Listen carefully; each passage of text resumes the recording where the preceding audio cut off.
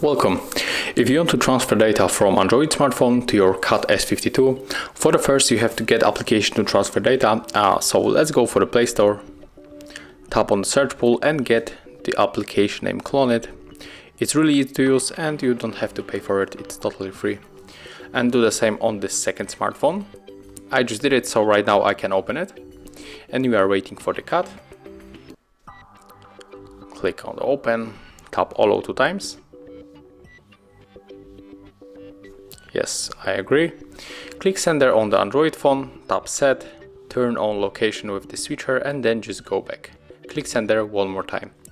On the CAT, tap on the receiver, click allow, click search again, and right now just wait.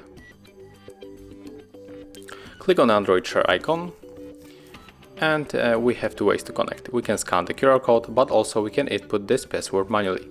So we have to pick your way. I'm going to scan the code, so tap on it, click allow, grab your phone, put it into the frame of the QR code. As you can see, it's really fast, faster than input the password manually. Accept the request, and right now if you want to send everything, you have to click on all of these icons and then just click start.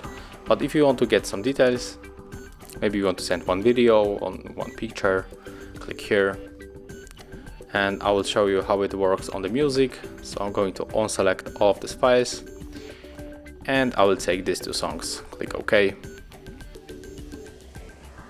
And as you can see, it's finished. So it's really fast, really easy. I hope that'll help you. If I do, leave thumbs ups, comments and remember to subscribe our channel. See ya!